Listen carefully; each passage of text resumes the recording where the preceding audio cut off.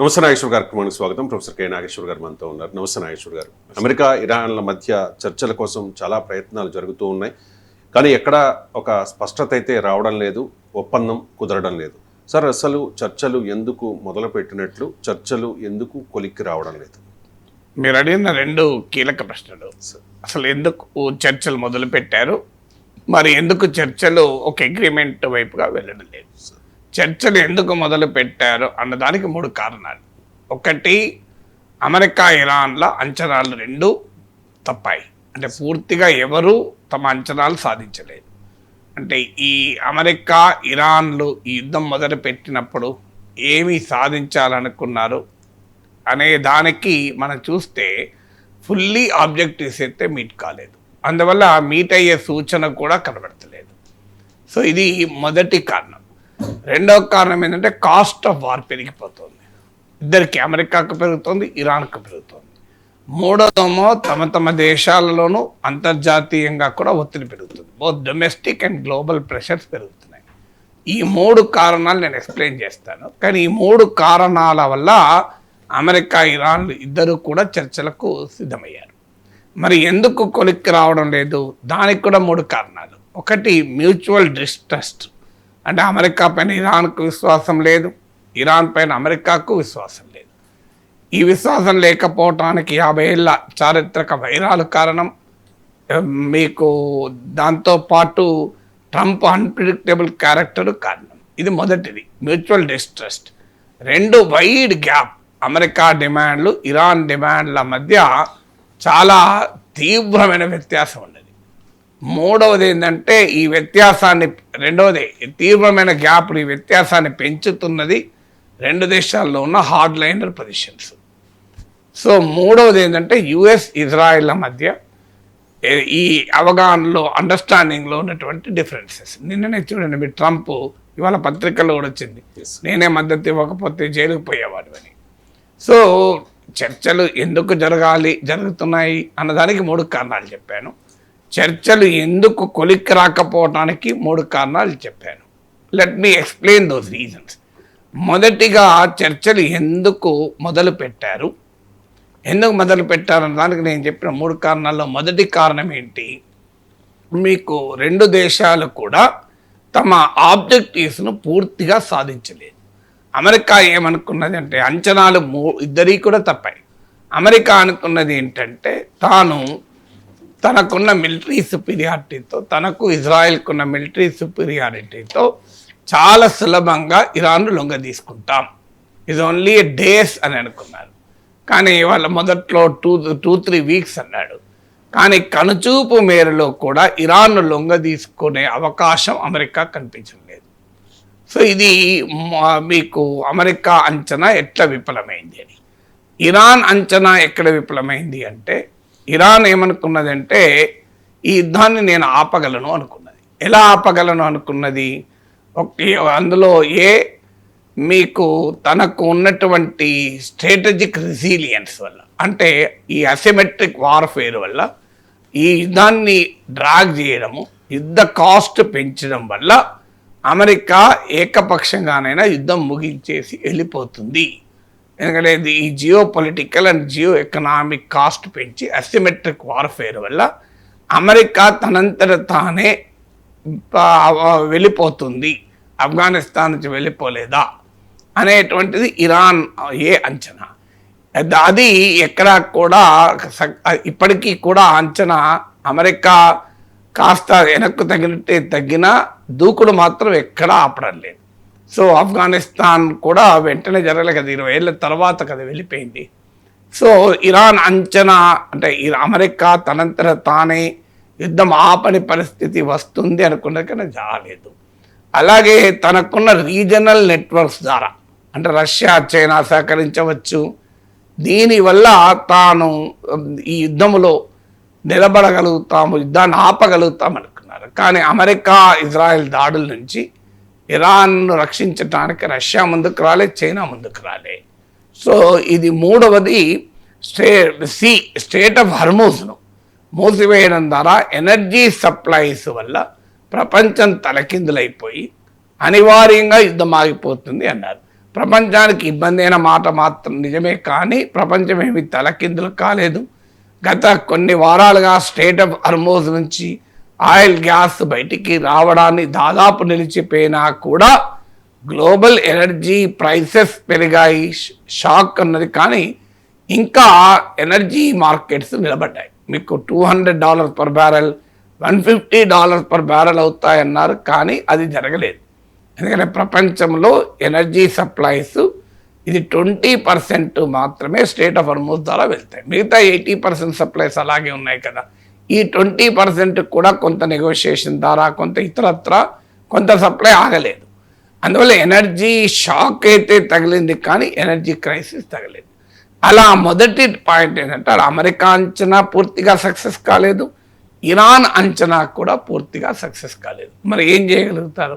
Success కావడమే కాదు, success అయ్యే వాతావరణం కూడా కనిపించలేదు రెండు దేశాలకు. ఇక రెండవది ఏంటి అంటే ఈ చర్చలలో కాస్ట్ ఆఫ్ వార్. రెండు దేశాల అంచనాలోమో సక్సెస్ కాలేదు. ఎలా సక్సెస్ కాలేదో ఉదాహరణలతో సహా చెప్పాను నేను. కానీ మీకు కాస్ట్ ఆఫ్ వార్ మాత్రం తప్పలేదు. అమెరికా భారీగానే ఖర్చు పెట్టాల్సి వస్తుంది, అమెరికా డిఫెన్స్ బడ్జెట్ పెరుగుతోంది. అన్నిటికీ మించి డబ్బులే కాదు, అమెరికా మిసైల్స్ వారి ఇన్వెంటరీ ఖాళీ అవుతుంది. ఇప్పుడు థర్డ్ మిసైల్స్ ఉన్నాయి. సో దానిదైతే మీకు 4 ఏళ్ళు పడుతుంది, 5 ఏళ్ళు పడుతుంది. అంటే మళ్ళీ ఇరాన్ కన్నా అత్యంత శక్తివంతమైన శత్రువు దాడి కనుక జరిగితే ఎదుర్కోవాల్సి వస్తే అమెరికా ఇప్పుడు మిసైల్స్ లేవు. చైనా లాంటి కంట్రీతో కనుక వారస్తే వచ్చే వాతావరణం లేదు కనుక బతికిపోయాం. రష్యాతో వారస్తే నీకు ఇప్పుడు అమెరికా దగ్గర మిసైల్స్ లేని పరిస్థితి. ఎందుకంటే ఈ మిసైల్స్ రాత్రి తయారు కావు. అదేమి బిస్కెట్ ప్యాకెట్ కాదు, బిస్కెట్ ప్యాకెట్ తయారడానికి కూడా టైం పడుతుంది. సో ఇది ఇడ్లీ పిండి కాదు కదా తెల్లార వరకు తయారు చేయడానికి. ఈ మిసైల్ తయారు కావాలంటే వాటికి మినిమం పీరియడ్ ఉంటుంది. ఇప్పుడు లాకిడ్ మార్టిన్ తయారు చేస్తే థర్డ్ మిసైల్స్, అది ఇయర్లీ 96 మిసైల్స్ తయారు చేస్తుంది. మ్యాక్సిమం ఎంత పెంచినా 4 రేట్లు పెంచినా 400 మిసైల్స్ మాత్రమే తయారు చేస్తాయి. కానీ ఇప్పుడు ఇన్వెంటరీ ఏమో చాలా వేగంగా ఖాళీ అవుతుంది, నింపడమేమో అంత సులభం కాదు. అందువల్ల అమెరికా పైన కూడా ఇది నష్టం అమెరికాకు కూడా వస్తుంది. తర్వాత తన మిత్ర దేశాలైన గల్ఫ్ దేశాలు ఇబ్బందులు పడుతున్నాయి, ప్రపంచ ఎనర్జీ మార్కెట్స్ ఇబ్బందుల్లో పడుతుంది. అందువల్ల మీకు geopolitical and geoeconomic cost America పైన స్పష్టంగా కనబడుతుంది.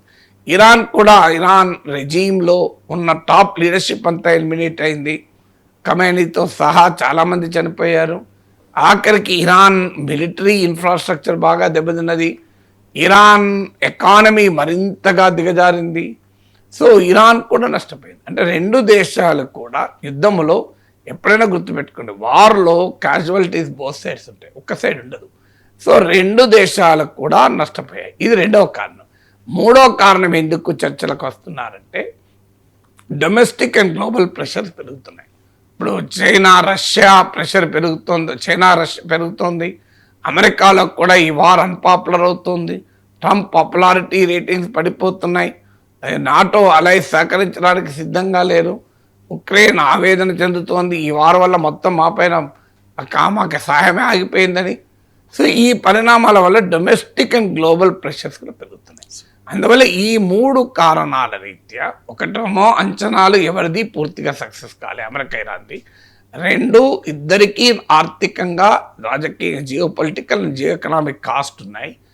మూడవది ఏంటి అంటే మీకు అమెరికా ఇరాన్లకు కూడా ఈ మీద కూడా ఇది డొమెస్టిక్ అండ్ గ్లోబల్ ప్రెషర్స్ పెంచుతుంది. ఈ కారణాల రీత్యా చర్చలకు కూర్చున్నారు. కానీ మరి చర్చలు ఎందుకు కొలిక్కి రావడం లేదు మీరు అనేది సెకండ్ పార్ట్ అది. సో చర్చలు ఎందుకు కూర్చున్నారో నేను వివరంగా చెప్పాను. చర్చలు ఎందుకు కొలిక్కి రావడం లేదు అనేది నెక్స్ట్ క్వశ్చన్. ఎందుకు కొలిక్కి రావడం లేదు? ఒకటి, మ్యూచువల్ డిస్ట్రస్ట్. అంటే అమెరికాకు ఇరాన్కు ఒకరిపైన ఒకరికి ఏ రకమైన నమ్మకము లేదు. అందులో డొనాల్డ్ ట్రంప్ వైఖరి చూశాక ఎవరికి నమ్మకం ఉంటుంది? సో అనుభవం కూడా ఏం చెప్తోంది? 50 ఏళ్ళ శత్రుత్వం ఇది, ఒక్క రోజుల్లో నమ్మకం కుదరదు. పైగా జూన్ 2025లో ఇలాగే చర్చలు జరుపుతూ మధ్యలో దాడి చేశారు. మళ్ళీ ఇప్పుడు February 28, 2026లో కూడా ఒమన్ మధ్యవర్తిత్వంతో చర్చలు జరుగుతూ 24 గంటల్లో డీల్ కుదురుతుంది అనే సమయంలో మళ్ళీ యుద్ధం చేశారు. అందువల్ల ఎలా నమ్ముతుంది ఇరాన్ అమెరికాను? సో అమెరికా ఈ సమయాన్ని ఉపయోగించుకొని కాల్పుల విరమణ సమయాన్ని లేదు ఈ టెంపరీ ట్రూస్ను ఉపయోగించుకొని మరింత భీకరమైన దాడికి సిద్ధమవుతుంది అన్నది ఇరాన్ అనుమానం. అమెరికా అనుమానం ఏంటంటే ఇరాన్ నిజాయితీగా చర్చలకు రావడం లేదు, వారు 2 అడుగులు ముందుకు వేయడానికి 1 అడుగు వెనక్కేస్తున్నారు. ఈ గ్యాప్ పీరియడ్ని ఉపయోగించుకొని తన మిసైల్ శక్తిని పెంచుకుంటుంది, తన అణుబాంబును తయారు చేయడాన్ని వదులుకోదు అని ఇరాన్ పైన అమెరికాకు అనుమానం. సో ఇంత పరస్పర విశ్వాసరాహిత్యంతో చర్చలు కూర్చుంటే ఆ చర్చలు ఎలా కొలికొస్తాయో చెప్పండి. ఇది మొదటిది. ఇక రెండవది ఏంటి అంటే మీకు అమెరికా ఇజ్రాయెల్ల వైఖరిలో ఉన్నటువంటి అతిపెద్ద తేడా. అమెరికా ఇజ్రాయెల్ వైఖరిలో ఉన్న తేడా ఏంటి? సో అమెరికానేమో ఈ ప్రాంతంలో తన ఆధిపత్యాన్ని కొనసాగిస్తూ పీస్ అండ్ స్టెబిలిటీ కోరుకుంటుంది. ఎందుకంటే తన డామినేషన్ ఎవరు ప్రశ్నించకూడదు, అందుకొరకు వారైనా కోరుకుంటుంది, ఇన్స్టెబిలిటీ అయినా కోరుకుంటుంది. కానీ ఒక పాయింట్లో తన లక్ష్యం ఏంటి? తన ఆధిపత్యాన్ని మెయింటైన్ చేస్తూ పీస్ అండ్ స్టెబిలిటీ కావాలి. ఎవరైనా ఎదురు లేస్తే వాళ్ళని అటాక్ చేస్తుంది. ఇజ్రాయెల్ లక్ష్యం అది కాదు. ఇజ్రాయెల్ లక్ష్యం తనకు పొటెన్షియల్ ఛాలెంజర్ వెస్ట్ ఏషియాలో ఎవరు ఉండకూడదు. దాని కొరకు అవసరమైతే ఒప్పందం ఫెయిల్ అయినా మంచిదే, ఒప్పందం కుదరకపోయినా మంచిదే, అవసరమైతే యుద్ధాలు చేయాల్సి వచ్చినా మంచిదే. తన ఈ అవకాశాన్ని ఉపయోగించుకొని ఇజ్రాయెల్కు భవిష్యత్తులో కూడా ఎవరూ సవాల్ లేని విధంగా దీన్ని ఎండ్ చేయాలన్నది ఇజ్రాయెల్ లక్ష్యం. సో అమెరికా లక్ష్యం ఇజ్రాయెల్ లక్ష్యాల్లోనే ఈ తేడా వల్లనే ఈ మధ్య ట్రంప్ ఇజ్రాయెల్ ప్రైమ్ మినిస్టర్కి ఫోన్ చేసి నోటికొచ్చినట్టు తిట్టాడు, నీవు క్రేజీ ఉన్నావని. ఎందుకంటే ఇరాన్ అమెరికా సీరియస్గా చర్చలు జరుపుతుంటే ఇజ్రాయెల్ వెళ్ళి లెబనాన్లో హిజ్బుల్లా పైన దాడులు చేసింది. సో ఇరాన్ మొదటి నుంచి కూడా చెప్తోంది ఏ ఒప్పందమైనా ఈ ప్రాంతంలో ఉన్న అందరికీ వర్తిస్తుంది తప్ప ఓన్లీ అమెరికా ఇరాన్ ఒప్పందం ఉండదు అని స్పష్టంగా చెప్తోంది. అయినా కూడా ఇజ్రాయెల్ వెళ్ళి హిజ్బుల్లాపై దాడి చేసింది. ఏమైంది? వెంటనే ఇరాన్ మేము చర్చలు జరపమని చెప్పేసి. అంటే అమెరికానేమో ఏదో విధంగా చర్చలు జరిపి ఈ వ్యవహారం నుంచి బయటపడాలని అమెరికా చూస్తుంటే ఏదో విధంగా ఈ చర్చల్ని ఫెయిల్ చేసి ఈ చర్చల్ని తనకు అనుకూలంగా డీల్గా మార్చుకొని తన శాశ్వత ఆధిపత్యాన్ని ఎస్టాబ్లిష్ చేయాలని ఇజ్రాయెల్ చూస్తుంది. సో అమెరికా ఇజ్రాయెల్ ఆబ్జెక్టివ్స్లో కూడా ఈ మౌలికమైన తేడా ఉంది. ఇక మూడవది ఏంటంటే అమెరికాకు ఇరాన్కు దీని నుంచి బయటపడడం, ముఖ్యంగా అమెరికాకు. ఇరాన్ అయితే ఇబ్బంది ఏం లేదు, కానీ అమెరికాకు ఎగ్జిట్ స్ట్రాటజీ దొరకడం లేదు. ఎగ్జిట్ స్ట్రాటజీ ఏంటంటే ఏదైనా ఒక ఇష్యూ మనకు తెలియకుండానే అది రకరకాల రూపాలు సంతరించుకొని రకరకాల ట్విస్ట్ అండ్ టర్నులు తీసుకొని తనకు గుదిబండగా తయారవుతుంది ఒక్కొక్కసారి.